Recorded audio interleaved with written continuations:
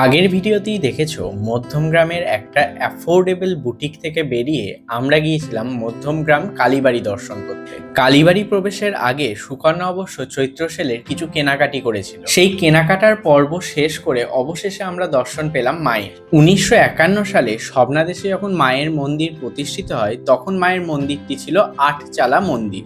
ভক্তদের বিশ্বাসে মা এখানে সর্বমঙ্গলা দেবী হিসেবেও পূজিত হন। কালক্রমে মায়ের এই মন্দিরের আয়তন বেড়েছে ভক্তদের আনাগোনার সংখ্যা। আর এই মন্দিরের আর একটা বিশেষ আকর্ষণ হলো জোড়া শিব ও জোড়া নন্দীর অস্তিত্বের দেখা পাওয়া যায়। মন্দির থেকে বেরিয়ে মধ্যমগ্রাম স্টেশনের কাছেই জীবন কাকুর দোকান থেকে সুকন্যা রাতের ডিনারে স্যুপ আর ব্রেড অ্যান্ড বাটার খেয়ে নিয়েছিল।